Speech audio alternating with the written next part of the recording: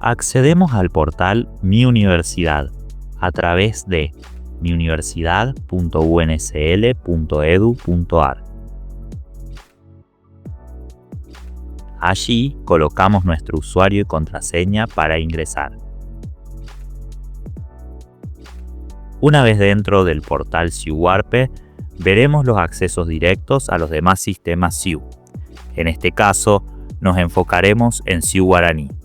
Accedemos y filtramos las mesas de examen.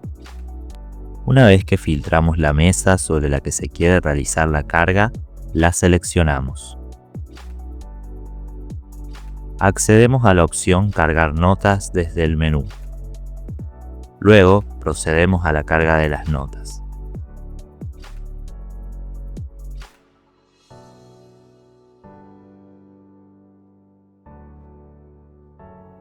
Guardamos los cambios y accedemos a la opción Actas en el menú.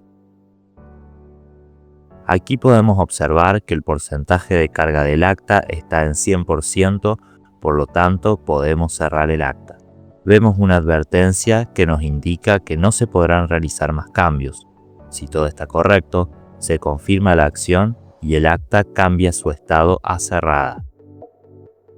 Haciendo clic en el logo de la universidad, volvemos a la página principal de autogestión.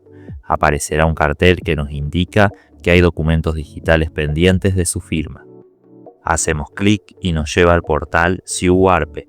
En la barra de menú podemos ver la opción Mis pendientes y allí encontraremos las actas pendientes de firma. Tenemos la opción de ver actas, descargarla o autorizar. Haciendo clic en autorizar nos pregunta si estamos seguros. Confirmamos y de esta manera la autorización se ha realizado.